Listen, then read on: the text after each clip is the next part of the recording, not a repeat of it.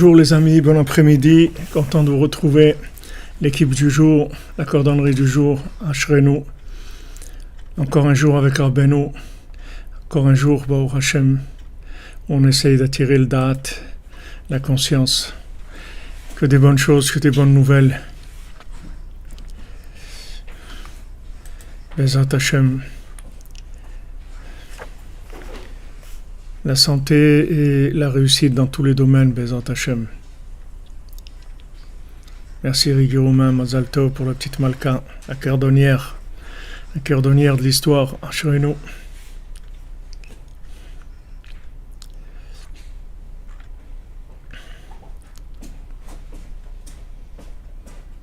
Eva Bat Liliane, Bezat Hashem, Refoua Shlema, que Bezat Hashem le scanner se passe bien, qu'il trouve que des bonnes choses, et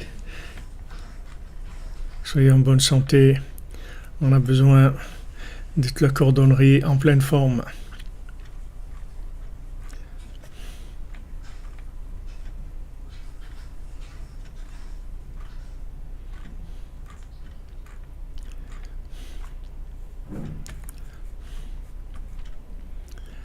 Je vérifie juste s'il n'y a pas de bruit. Non, c'est bon. Il faut Shlema pour tous les malades, oui, Bezat Hashem. Que Hashem fasse disparaître la maladie et la souffrance de la terre.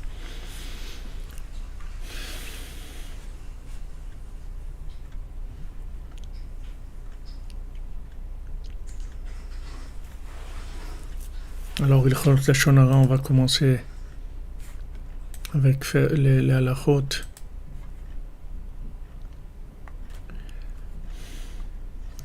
Léonard Ephraim Khalifa Ben Adi, Refoua Shlema, Bezat Hashem. Alors pour les halachot de Lashon Hara, colporter auprès d'une seule personne est interdit, à plus forte raison auprès d'un groupe. Il est interdit de colporter, même si les faits que l'on rapporte peuvent être interprétés en bien ou en mal, tant que le côté négatif semble l'emporter.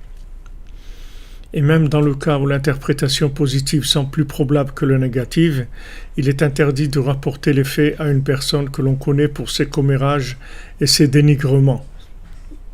Donc à part ce qu'on va dire, il faut voir aussi à qui on parle, parce qu'il y a des gens qui sont spécialisés dans les interprétations négatives.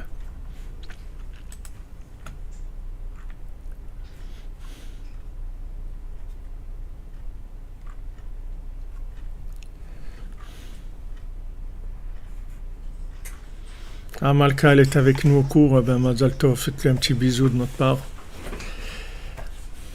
Hatzlacha pour Raphaël Ben Rina, Julie Esther Badrina. Nezivugim Bezat Hashem.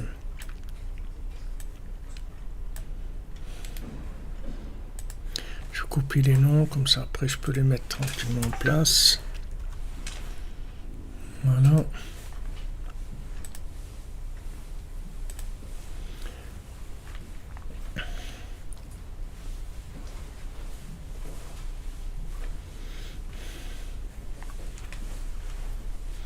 Amen, Bezat Hashem.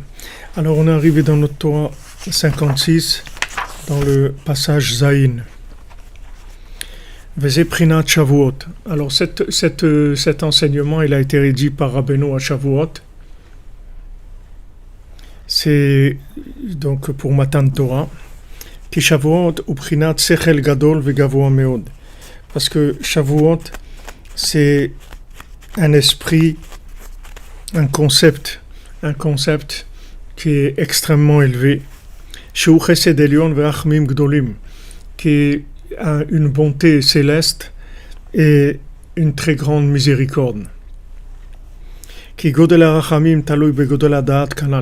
Parce que la miséricorde, elle dépend de la conscience, comme on a vu.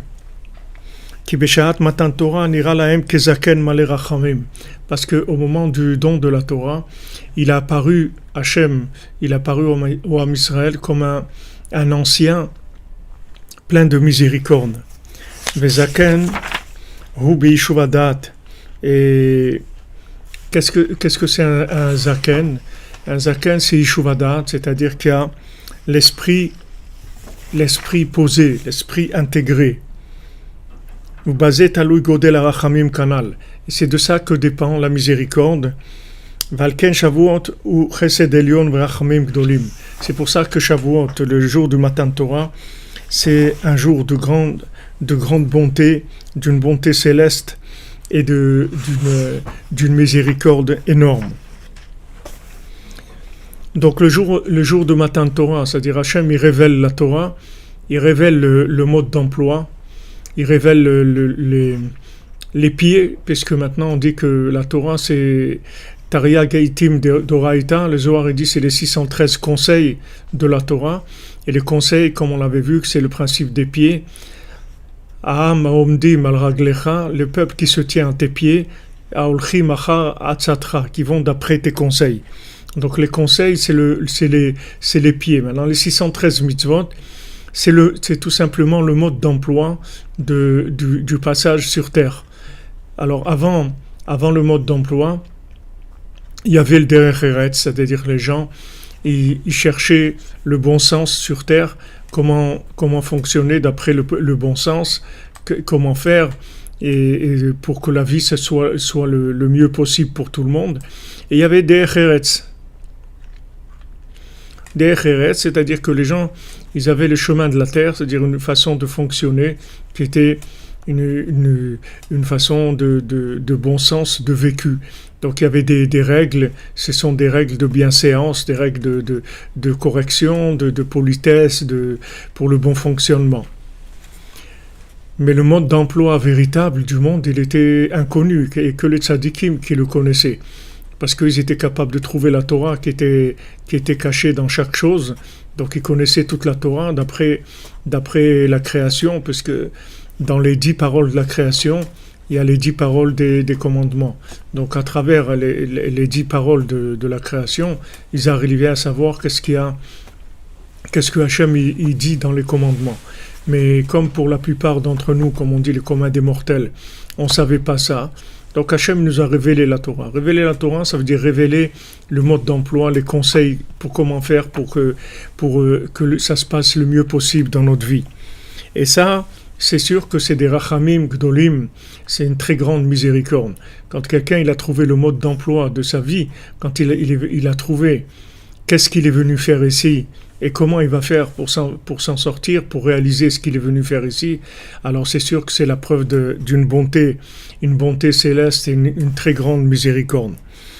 Donc à ce moment-là, Akadosh Baruch Hu, il a paru au monde comme un ancien plein de miséricorde.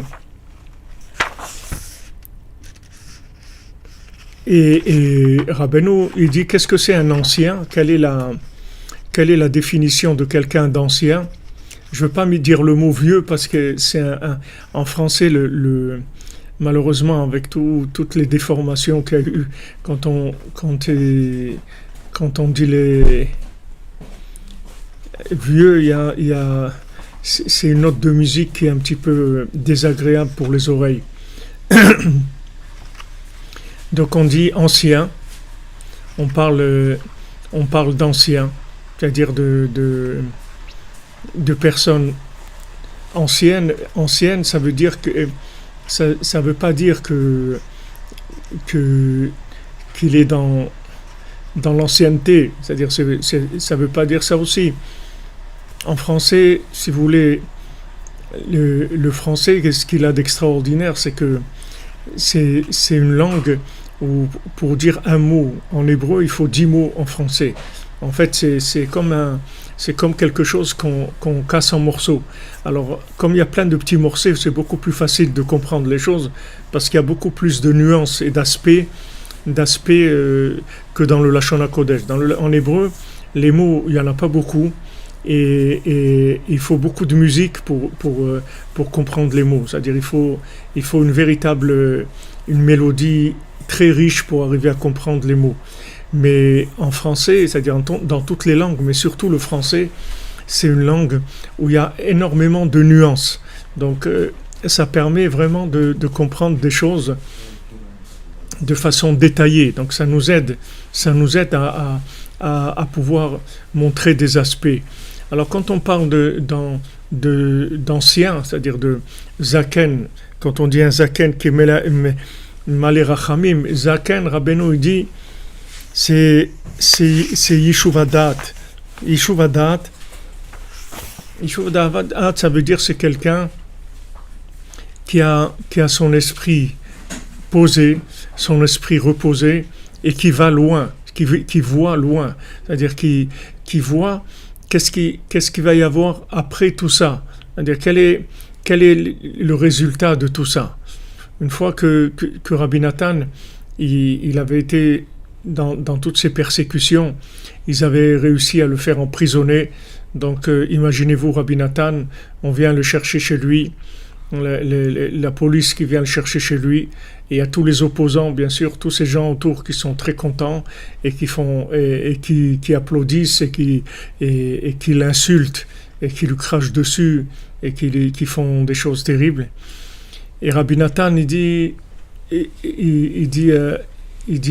à ceux qui sont à côté de lui pendant qu'il est en train de marcher pour aller en prison, il leur dit où il est Nathan maintenant?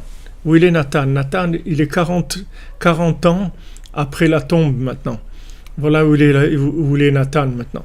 C'est-à-dire qu'il avait aucune, il n'était pas du tout impressionné par ce qui était en train de se passer, parce que il avait l'esprit tellement posé, Rabbi Nathan, c'est-à-dire il voyait tellement loin qu'en fait il était inaltérable par l'émotionnel du moment. Vous voyez, c'est ce qu'on a vu cette nuit.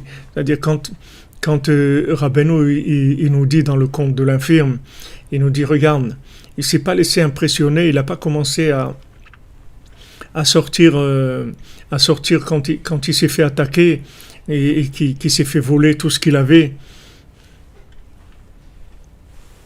Il n'a pas sorti sa mandoline et il a commencé à chanter j'ai perdu mon pays, j'ai perdu ma patrie, j'ai perdu ce que j'avais. Il n'a pas commencé à faire de la lamentation. Il a cherché à faire qu'est-ce qu'on peut faire maintenant. Parce que quand on cherche qu'est-ce qu'on peut faire maintenant, ça veut dire que dans notre tête, le but, il est clair. Il est intégré, il est complètement intégré. Quand quelqu'un sait où il va et qu'il est sûr de lui. Maintenant, quand on parle de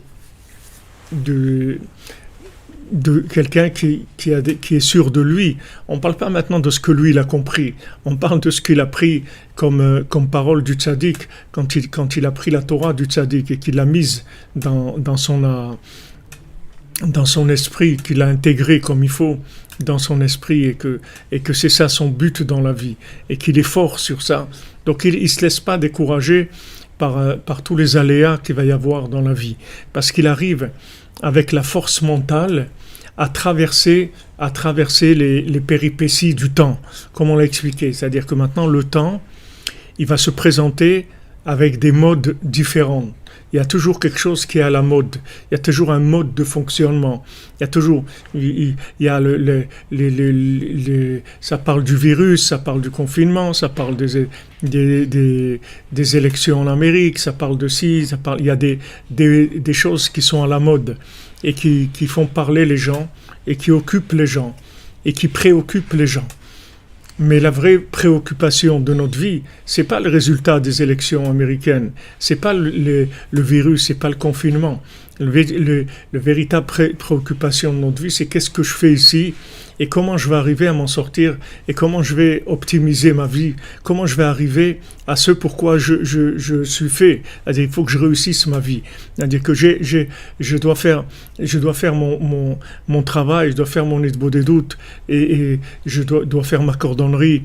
Même si c'est mes chaussures à trois coins, mais je dois bosser dans mes chaussures à trois coins. Il ne faut pas que la mode, elle me déconnecte de mes chaussures à trois coins. Alors maintenant, ça s'appelle Yeshuv Hadat. Yeshuv Hadat, ça veut dire que maintenant, la conscience, elle est installée dans l'esprit et elle domine l'esprit. Elle domine l'esprit et elle est, si vous voulez, elle est la chose, le repère absolu de ma vie. C'est-à-dire ça, c'est l'absolu de ma vie. Maintenant, tout ce qui va venir comme relatif dans le temps, je vais le vivre comme je vais le vivre, mais c'est pas ça qui va changer ce que j'ai dans l'esprit, c'est-à-dire le but que j'ai dans l'esprit. Alors l'infirme, il se trouve d'abord, il est infirme, il n'arrive pas à marcher, c'est-à-dire il n'a pas trouvé de solution encore à sa vie, il n'a pas trouvé le développement, il n'a pas trouvé l'application de sa vie encore, mais ça fait rien, il cherche, il s'arrête pas. Il utilise tous les moyens qui sont à sa disposition pour avancer, pour chercher. Maintenant, une fois qu'il a trouvé un peu de moyens, il a trouvé un peu d'argent, il se lance pour aller dans les foires, c'est-à-dire dans les marchés. En fait, il est toujours en train de chercher des pieds, il est toujours en train de chercher des jambes et des pieds. Ça aussi, je traduis le mot raglaim par des pieds, mais c'est les pieds et c'est les jambes aussi. C'est pas que les pieds. C'est-à-dire quand on dit en hébreu les pieds, ça veut dire les jambes aussi. C'est pas que les pieds, le pied lui-même. C'est aussi la jambe. C'est les outils qui permettent de se déplacer. C'est ce qui permet de tenir, mais ce qui se permet aussi de se déplacer. Il y a les deux notions dans la notion de régel. Il y a le fait d'être solide, d'avoir les pieds sur terre, comme on dit, c'est-à-dire d'être conscient du but. Et il y a aussi les conseils pour le développement de ça. C'est-à-dire c'est tout inclus dans le mot régel. Donc quand j'emploie le mot régel, je traduis par pied, mais c'est aussi jambes. Donc il faut avoir les deux principes à l'esprit parce que c'est deux notions qui se complètent toutes les deux, mais elle veut pas chacune elle a son aspect. C'est-à-dire il y a l'aspect de tenir et il y a l'aspect d'avancer. Des fois, comme l'infirme, on se trouve dans des situations où on ne peut pas marcher, on peut juste tenir debout. On tient, c'est tout. On n'avance pas. On assume, c'est-à-dire on assure ce qu'il y a, c'est tout. Mais on ne cherche pas le développement parce que c'est trop difficile. Donc la situation est trop dure. Donc ce qu'on fait, c'est juste tenir. Et il y a des moments où ça va mieux et on peut aussi avancer. Donc il y a les deux aspects, si vous. Il y a l'aspect de tenir et il y a l'aspect d'avancer. Donc quand on parle de Yeshuva Da'at, ça veut dire que ma conscience, mon esprit, il est tellement installé, il est tellement bien ancré en moi que tous les aléas du temps, ils n'arrivent pas à le bouger.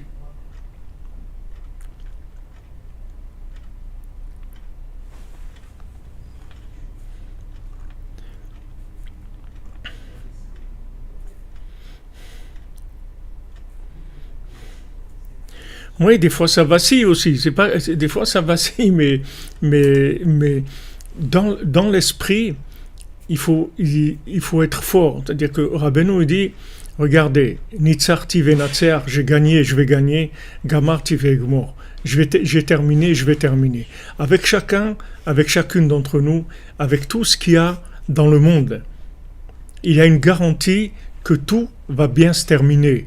Et ça, il faut que ça soit la chose, si vous voulez, qui est installée dans notre esprit et qui est la chose omniprésente.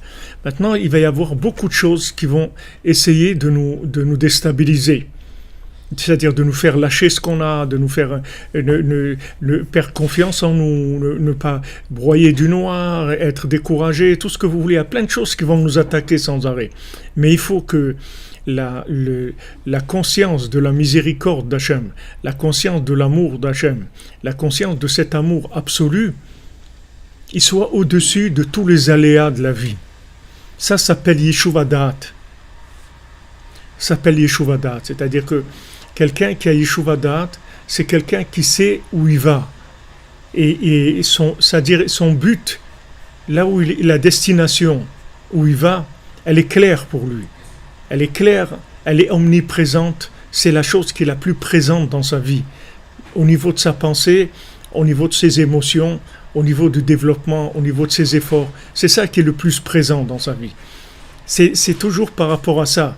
Donc tout ce qui vient comme aléa, c'est toujours par rapport à ça. C'est-à-dire, est-ce que maintenant, ce qui se passe, c'est quelque chose qui va m'aider par rapport au but final, au but ultime, ou c'est quelque chose qui va me détourner.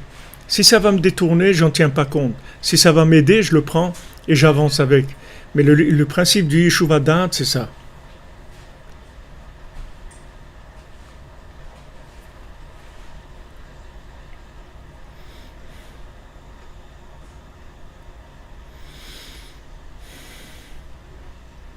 Oui, c'est ça. Comme vous dites, Sabrina, il faut avoir une émouna à toute épreuve. Il faut avoir une émouna, mais on nous aide. On nous aide. On nous aide dans la émouna. Hachem, il nous aide quand on a la émouna. Mais il faut aussi avoir la émouna dans l'autre sens. C'est-à-dire la émouna aussi que toutes ces bêtises-là, en fait, ce sont des bêtises. Ça ne va rien changer à ma vie. Qu'est-ce que ça va changer à ma vie que maintenant, maintenant que ça soit Trump, Biden, truc, qu'est-ce que je peux faire moi? Qu'est-ce que ça va? Je peux faire quelque chose là-dedans? Est-ce que moi j'ai part à ces choses-là? J'ai rien à faire avec ça. Et tous les médias, en fait, ils vous parlent que des choses qui vous concernent pas. Tout ça pour créer des diversions, pour créer des choses qui vous détournent l'attention de votre vie. Ils veulent vous détourner, veulent vous investir, vous allez parler de ça, des gens, j'entends des gens parler des élections en Amérique, et ils parlent, comme si c'était eux les présidents de la République. Ils parlent. D'abord, tout ce qu'ils vont dire, ça va rien changer à la situation, et ils parlent de ça, et ils vivent ça, alors qu'il y a d'autres choses qu'il faut parler, il faut dire mon ami, my friend, où est-ce qu'on va? Où on va? Aïe. Aïeka, où tu es Hachem dans ma vie? Où on va là? C'est ça ce qui est omniprésent à mon esprit. C'est pas ce qu'ils racontent les médias. Les médias, ils vont parler de tout, sauf de la vie. Ils vont vous parler de tout, de loisirs, c'est-à-dire des choses juste pour vous prendre la tête. Avec ça, alors voilà, maintenant il y a les élections. Comme c'est parti, avec tous les trucs qu'il y a, donc ça va prendre plusieurs mois de trucs, et il a volé les voiles, et non, c'est pas ça, etc. Ça, les gens, ils vont écouter ces choses-là. Ils vont commencer à parler de ça, à parler. On peut s'informer, on peut même en parler quelques minutes, mais c'est pas la peine d'en faire des débats de ces choses-là. Comme ça, comme tout le reste. Et voilà, celui-là il a dit, et le parti de gauche il a parlé comme ça, et les Verts ils ont dit ça, et qu'est-ce que je vais faire moi avec tout ça? J'ai rien à faire de tout ça. Moi je dois m'occuper de ma vie. Moi je suis je suis là pour quelque temps, quelques années, d'accord? J'ai quelque chose à faire ici. Quand je vais terminer, je m'en vais, c'est tout. Mais je suis là pour un travail, je suis là pour quelque chose. C'est à ça que je dois arriver, c'est tout. Le reste, tout le contexte dans lequel je vis, que ce soit un film comme ça, un film de cow-boy, ou un film de ça, ou un film d'horreur, ou un film de romance, ou n'importe quoi, ça va rien changer. Moi, j'ai un but. Je suis là pour ce but-là. Maintenant, tout ce qui ne va pas rentrer dans ce but-là, ça ne m'intéresse pas, c'est tout. Et je ne vais pas y mettre plus que ce qu'il faut d'intérêt, d'énergie, et de cœur, et d'esprit. Et ça s'appelle Yeshuva Da'at. Yeshuva Da'at, c'est ça. C'est-à-dire que ma conscience, elle est installée. Elle domine le temps. Ce qu'appelle le Yeshuva Da'at. Si vous n'avez jamais rien compris à la politique, c'est bien, Baruch Hashem.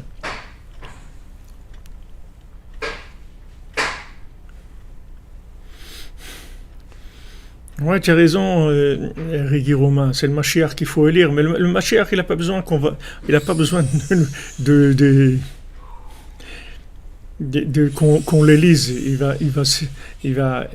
Il va être tout seul à l'Élysée. Il n'a pas besoin d'être élu. Il va prouver sa supériorité par son dialogue, c'est tout.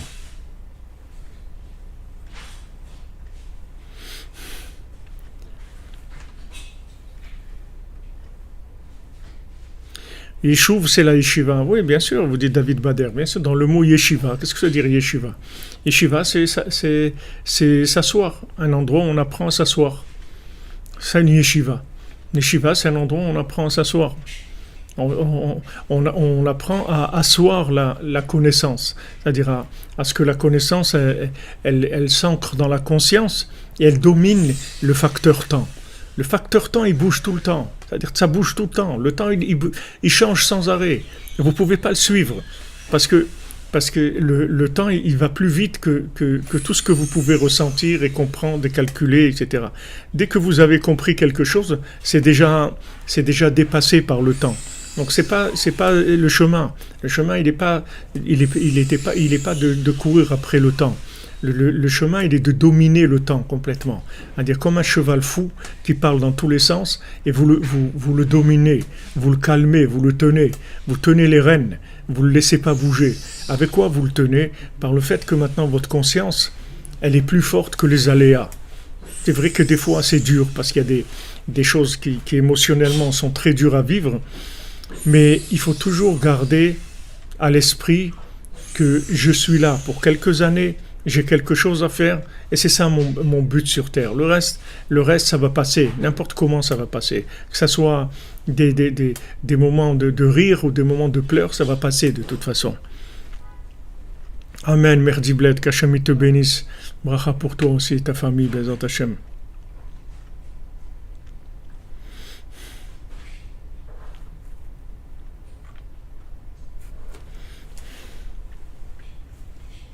Voilà, comme un rodéo, vous avez, voilà, exactement. Vous êtes comme un rodéo, c'est exactement ça. Notre vie, c'est un véritable rodéo.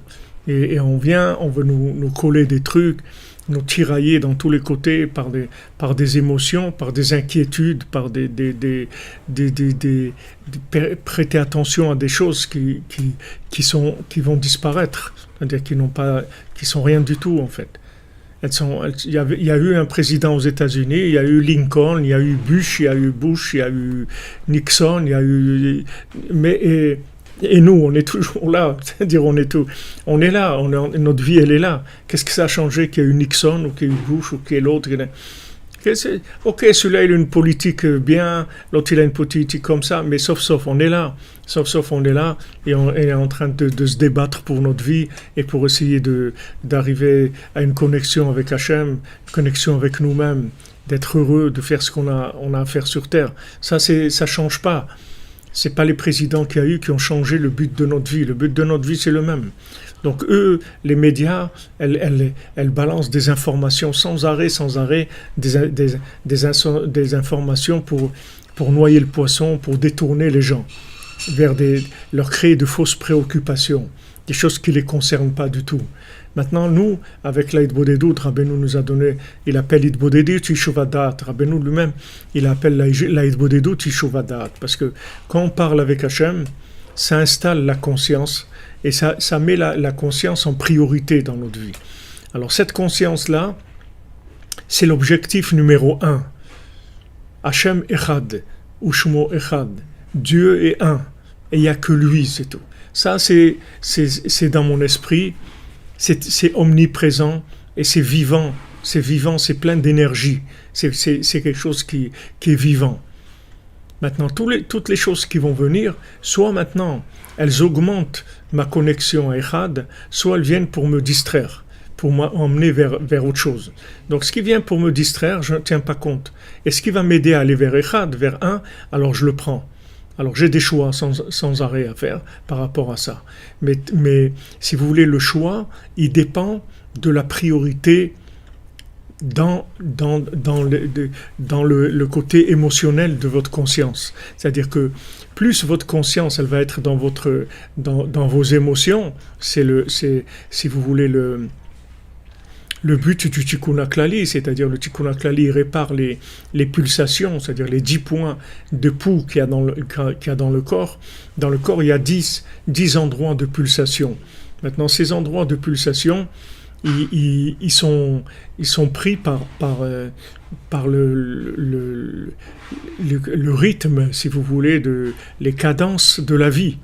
C'est-à-dire que la vie, elle vous propose des cadences, des choses qui vont vous attirer vers ça, ou vous soucier pour ça, ou vous demander comment je vais arriver à ça, ou comment je vais réussir, comment je vais faire ci, comment je vais faire des soucis, ou bien des choses, des pôles d'intérêt qui ne sont pas des vrais pôles d'intérêt, qui n'ont aucun intérêt du tout.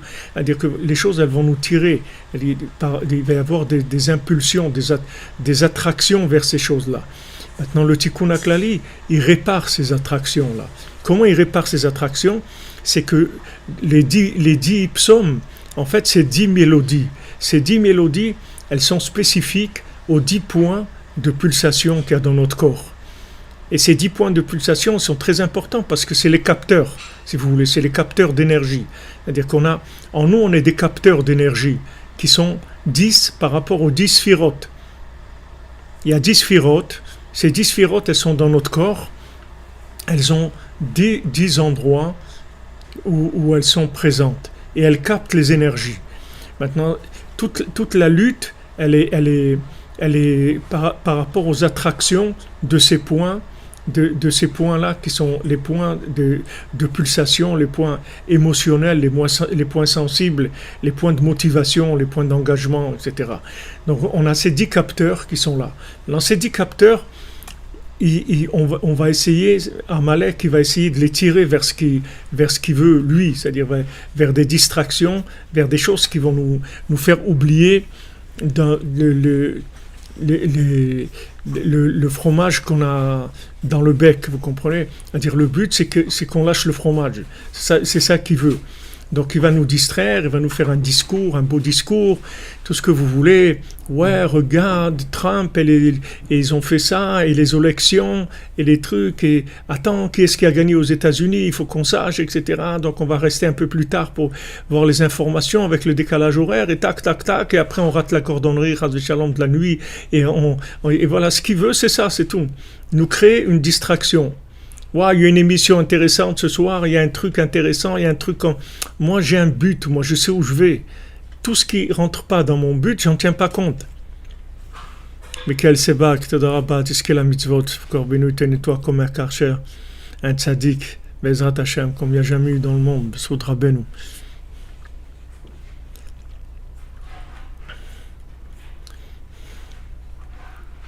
Voilà, exactement, comme vous dites, Adam Toubou, les 10 flèches. Les 10 flèches, ça veut dire que maintenant, on essaye de nous connecter ces pulsations avec des endroits qui sont des endroits de perdition, des fausses centres d'énergie. Soi-disant que c'est des pôles d'énergie, mais c'est des pôles qui sont complètement des pôles de mort, de destruction. Donc maintenant, le Tikkun HaKlali, il est extraordinaire parce que chaque psaume, il va aller, en fait, amener une mélodie dans le pouls qui est spécifique. C'est-à-dire, cette mélodie, elle est sur mesure par rapport à ce pouls-là. Donc maintenant, quand ce pouls-là, il reçoit cette mélodie, alors il se connecte à Hachem.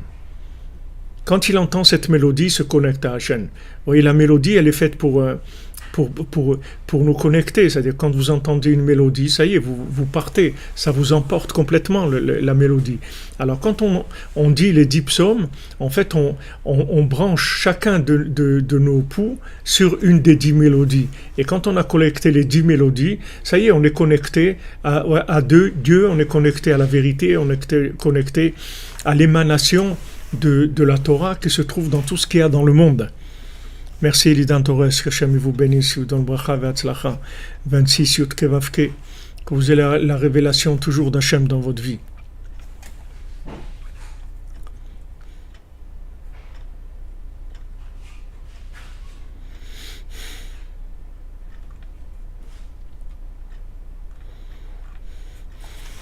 Voilà, la flèche, en fait, elle vient pour essayer d'atteindre nos pulsations, pour qu'on se connecte sur des choses qui n'ont pas, soit qui sont négatives, soit qui n'ont aucun sens et qui n'ont aucun but, qui vont nulle part, des voies sans issue.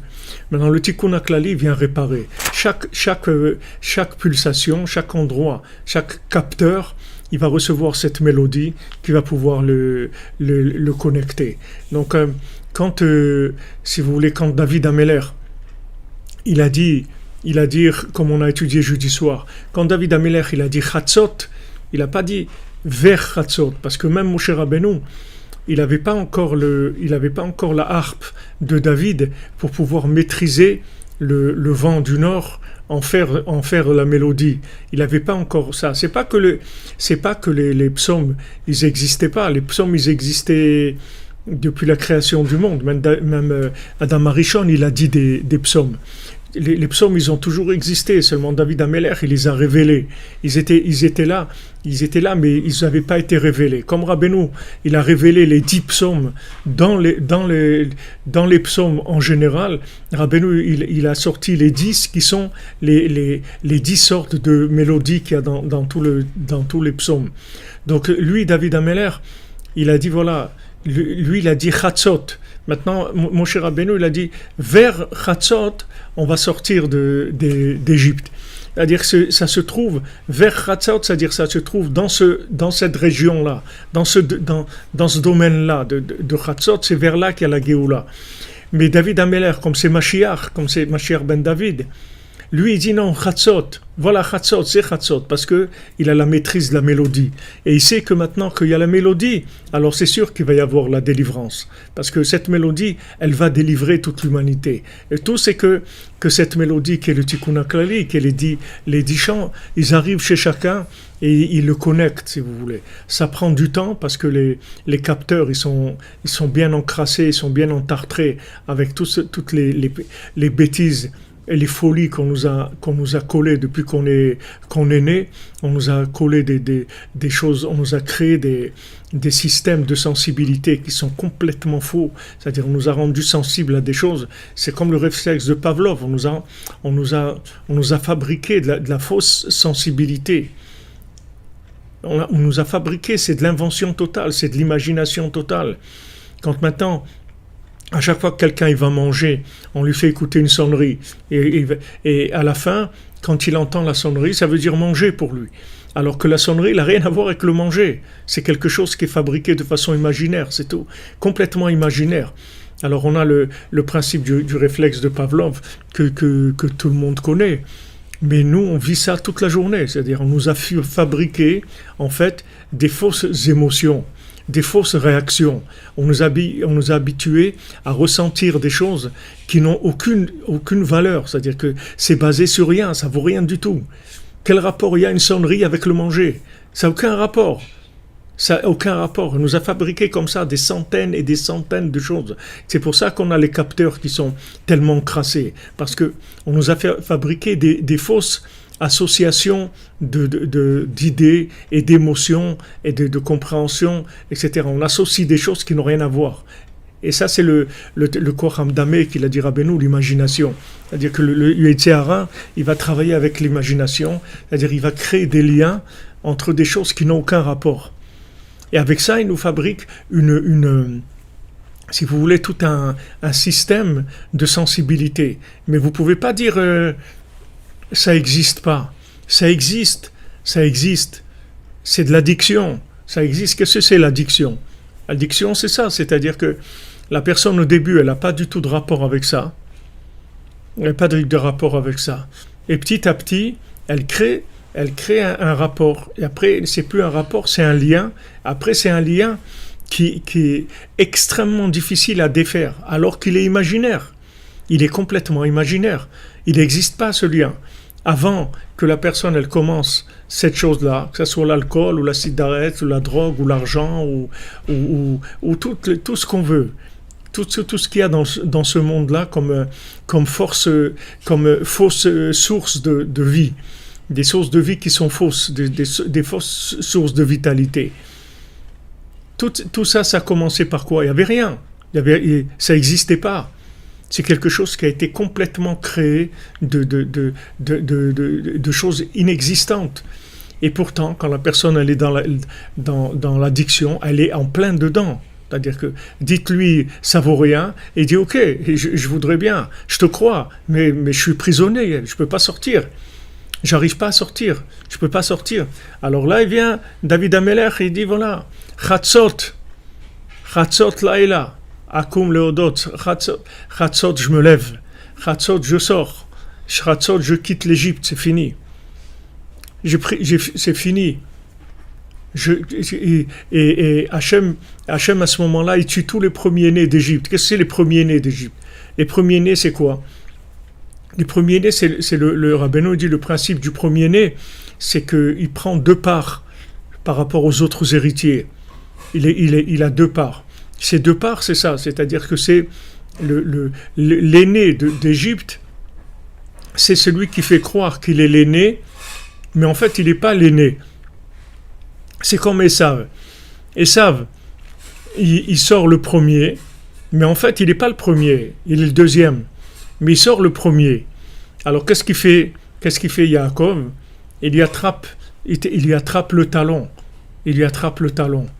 Et nos sages nous disent, avant que la royauté de Esav, elle s'installe de façon définitive, il viendra Yaakov et il lui prendra toute sa royauté et il lui montrera que toute sa royauté, en fait, c'était de la paille.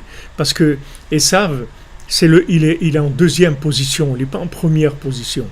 Et ça, il représente tout le côté lunaire, tout le côté de la matière, tout le côté du fonctionnement dans ce monde, tout le côté de l'action. Et le côté de l'action, il doit venir après l'esprit, après la connexion. Maintenant, lui, il est par audace, il a essayé de forcer et de sortir en premier.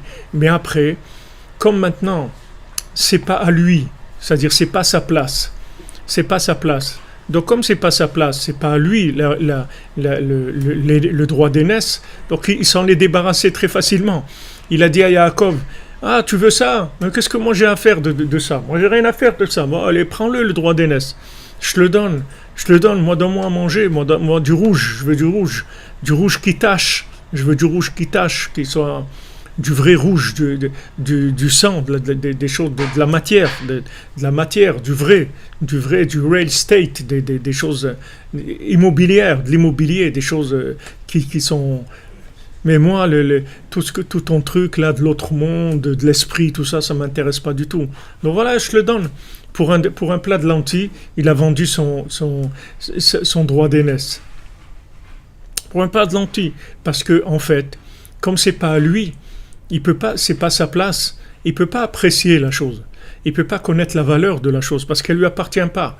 Comme le Zdéphron, comme quand Abraham Avinu, il veut acheter la Meharat Marpella, il veut acheter l'endroit de la sépulture pour Sarah, pour lui, pour tous les Avot et les Imad, il veut acheter cet endroit-là. Donc il va voir Ephron et lui dit je veux acheter la Maharat Marpella, je veux acheter cette grotte là. Alors Ephron lui dit cette grotte là, mais prends-la, c'est rien du tout. Et nos sages ils disent en fait c'est la porte du Gan Eden là-bas, c'est la porte du paradis, elle est là-bas si vous avez déjà été à Maharat Marpella, vous voyez, quand vous arrivez il y a un trou comme ça, un trou très profond. On dit que là-bas c'est la porte du Gan Eden. Et ceux qui ont essayé de descendre là-bas, ils ne sont pas remontés, les pauvres. C'est-à-dire, dans cet endroit-là, la porte du Gan Eden. Donc maintenant, Ephron, comme son nom l'indique, Ephron, ça veut dire Afar. C'est-à-dire, il y a le mot Afar, c'est-à-dire qu'il avait en fait de la poudre aux yeux, il avait de la poussière sur ses yeux, et il voyait pas. C'est-à-dire, il ne pouvait pas se rendre compte qu'en fait, cet endroit-là, qu'il méprisait, qu'il dédaignait, qu'il disait, mais c'est rien du tout ça, quoi, ce truc-là, cette espèce de trou-là, de truc qui vaut rien, mais prends-le, je te le donne. Et Abraham avait dit, non, je veux pas que tu me le donnes, je veux l'acheter, je veux pas que tu me le donnes.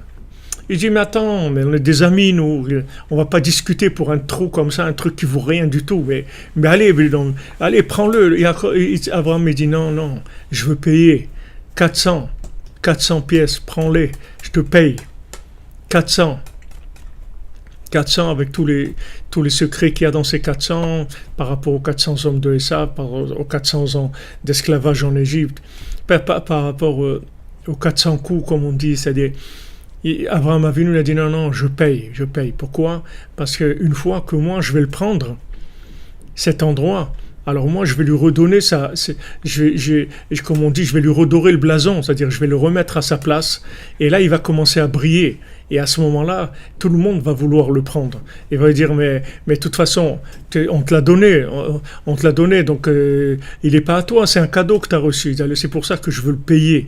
Je veux le payer avec de l'argent. Je veux payer le plein prix, plein pot, je veux payer. Ne me fais pas de réduction, je veux payer. Et je veux payer avec le meilleur argent qui est. Et il l'a acheté. Abraham Avinu, parce qu'il savait que quand ça rentrerait dans son domaine, la lumière de l'endroit, elle commencerait à se révéler. Et quand elle va commencer à se révéler, c'est sûr que tout le monde va vouloir le prendre. C'est comme Eretz Israël ou Jérusalem ou tout ce que vous voulez. C'est-à-dire tant qu'il y a personne qui révèle la valeur de la chose, alors tout le monde reste tranquille. Mais quand on commence à révéler la valeur de la chose, tout le monde veut. Il dit, ouais, mais c'est ça que je veux et tout. Mais attends, mais c'était des années, c'était jeté, il n'y a personne qui s'approchait de ça.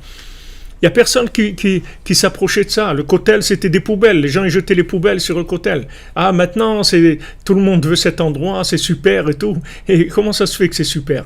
Parce que quand maintenant, ça vient entre les mains de celui qui est capable de révéler la sainteté qu'il y a dans la chose, alors la chose, elle commence à briller. Et quand elle commence à briller, tout le monde la veut.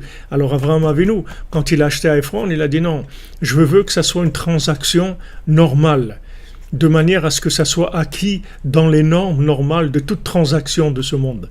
Et c'est ce qu'il a fait. Et Ephron, lui, comme il voyait rien du tout, il croyait que c'était un endroit qui était vraiment nul, parce que, si vous voulez, comme il est, quand vous voyez l'endroit, imaginez-vous cet endroit-là comme endroit ni vous pouvez construire, ni vous pouvez faire de l'agriculture, ni rien. C'est des pierres qui sont des grottes les unes sur les autres, des rochers. Il n'y a rien dans cet endroit-là. C'est-à-dire de point de vue exploitation, ni agricole, ni construction, ni rien du tout. Il n'y a rien dans cet endroit. Donc Ephron, lui, il a dit, moi, cet endroit, prends-le, ça vaut rien du tout, etc. Alors, et ça, c'est la même chose. Il y a quoi, le droit d'aînesse? Mais prends-le, c'est rien du tout. Ça, tu veux, prends-le. Tu veux être l'aîné, allez, prends-le. Après, il voit que Yaakov, comme il a pris le droit d'aînesse, il lui a pris toutes les bénédictions. Alors là, ça a changé. Là, tout a changé. Il dit, non, là, je suis pas d'accord. Il dit, mais moi, quand je t'ai demandé de me vendre le droit d'aînesse, tu me l'as vendu. Il dit, ouais, mais je savais pas que c'était ça, moi. Et il dit, tu peux pas dire que tu savais pas. C'est-à-dire que le droit d'aînesse, je t'ai dit, est-ce que tu veux me le vendre? Et tu as dit, moi, ça m'intéresse pas.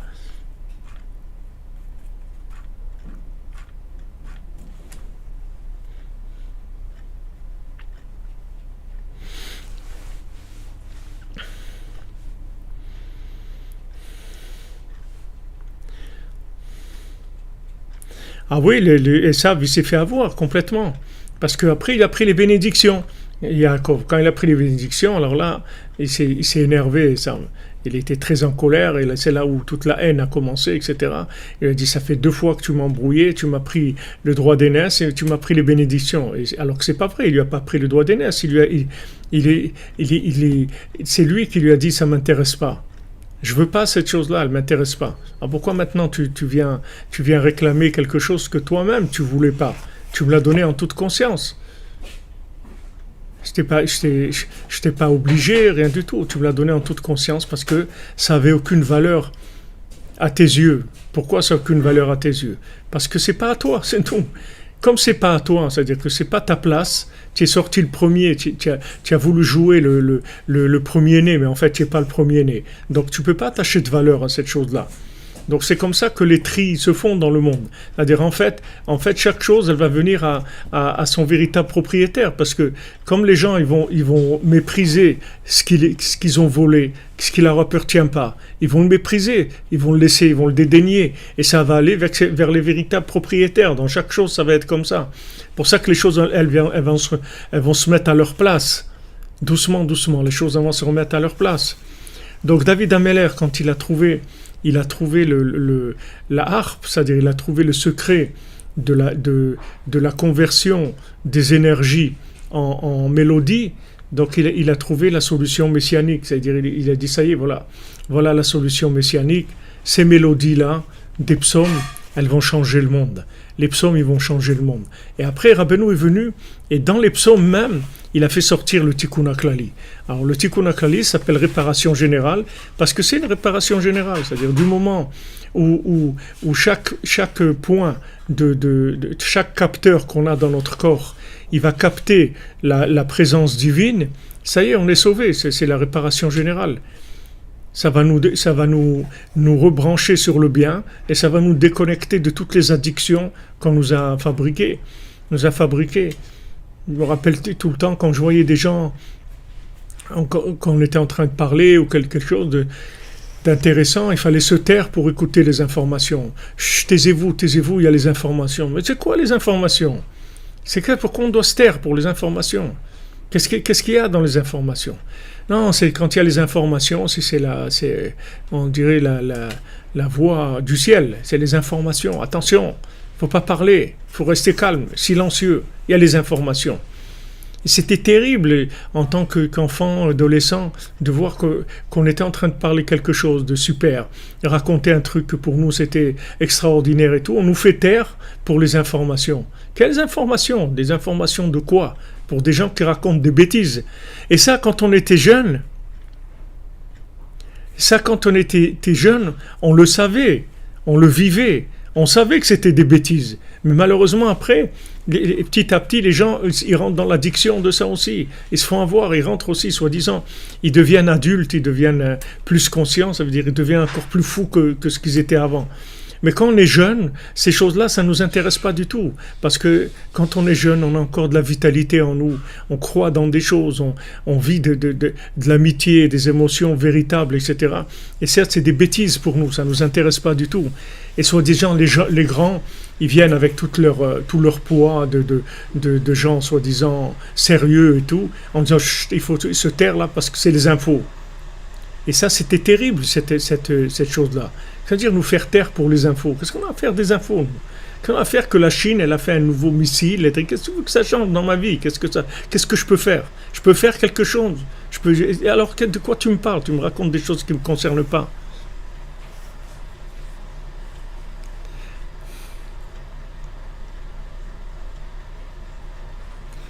Ah oui, ça c'est vrai. Exactement. Les pieds dans le ciment, comme vous dites. Ah ouais, voilà, exactement, un sacrilège de parler pendant les infos. Tu oses parler pendant pendant les infos. Mais vraiment, il y a de quoi se plier de rire. C'est vraiment une moquerie. Alors voilà, je vous donne un exemple, c'est tout. Mais ces exemples-là, vous pouvez en trouver 10 000 de choses où on nous a embrouillés complètement. Alors maintenant, quand on vous fait chut, on vous fait taire pour les infos, alors vous faites dans votre tête une association, puisque maintenant on fait arrêter tout.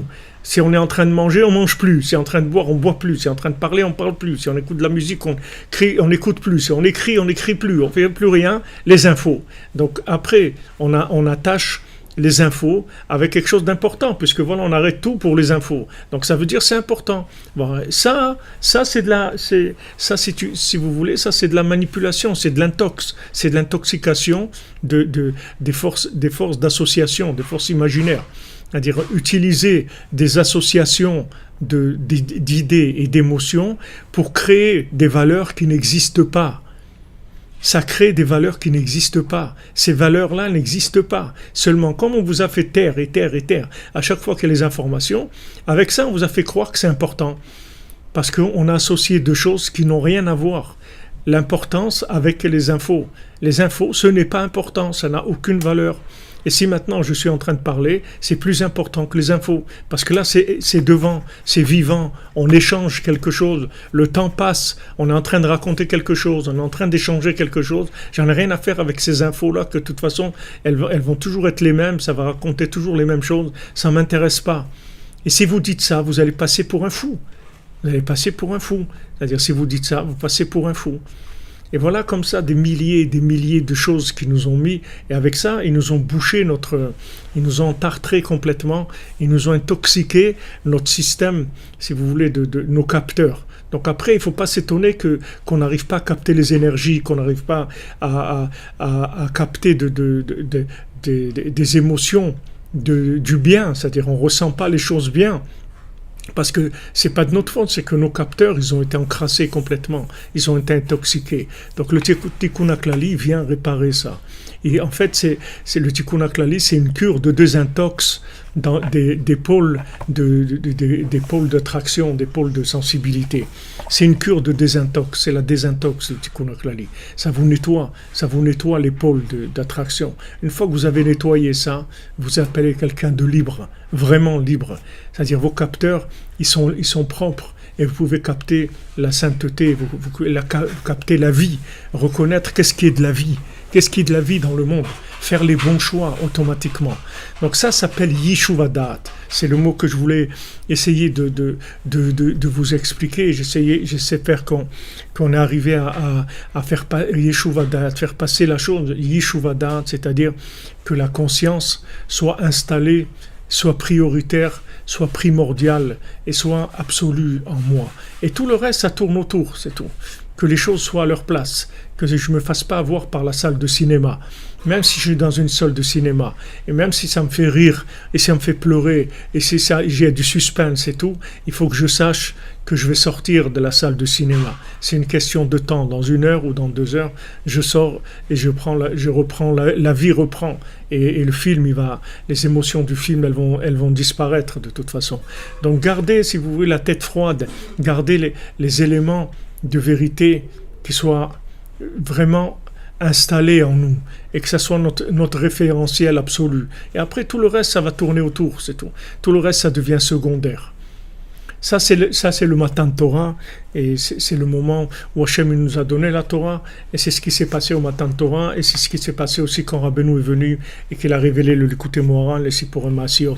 Donc, Bezrat Hachem, demain, on continuera encore sur cette notion-là, ce que Rabbeinu nous dit, Bechasdei Hachem.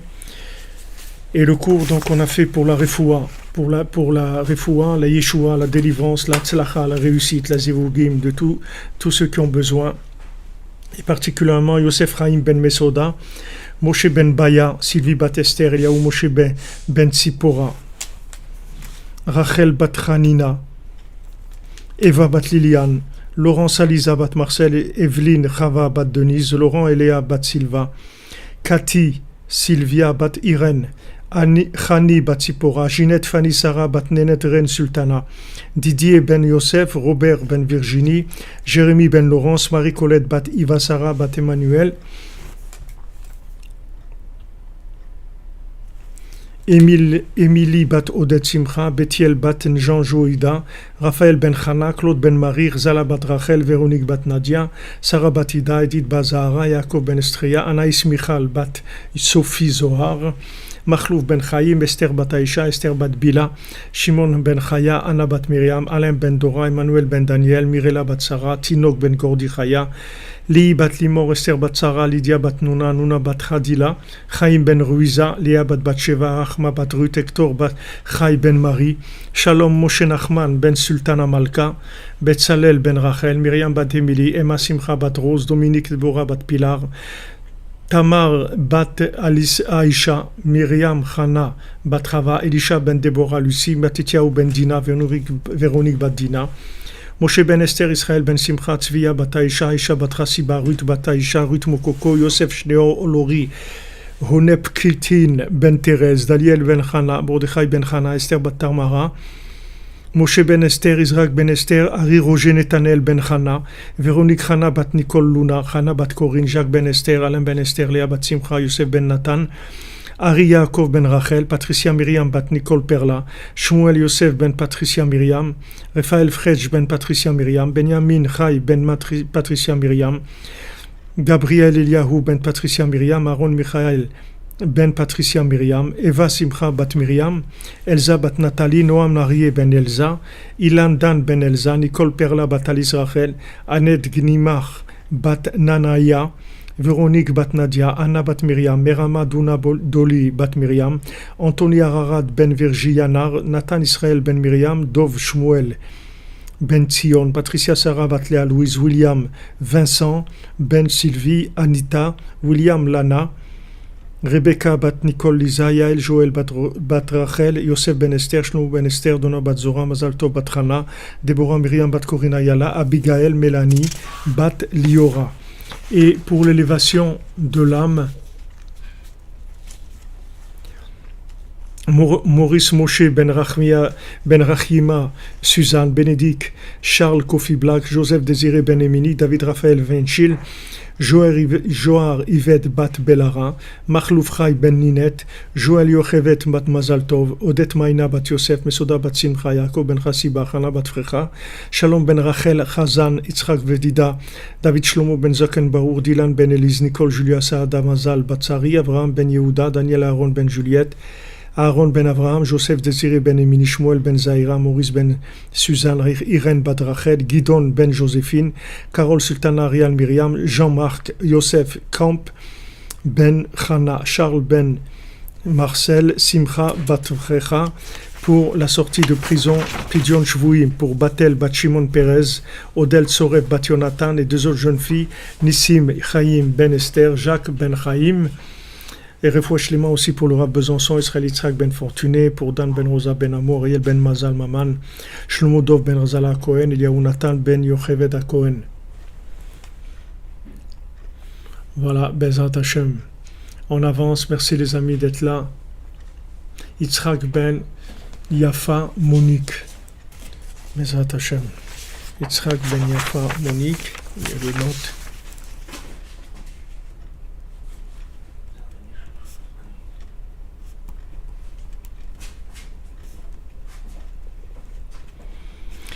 Bonne continuation les amis, merci d'être là, merci pour votre assiduité, pour votre soutien, pour votre engagement, et on avance, ça avance beaucoup les amis, il y a des choses extraordinaires. Amen, que des bonnes choses. Accrochez-vous les amis, accrochez-vous à la joie. David Mordechai Ben Miriam, refouach lema. David Mordechai Ben Miriam, Bezrat Hashem.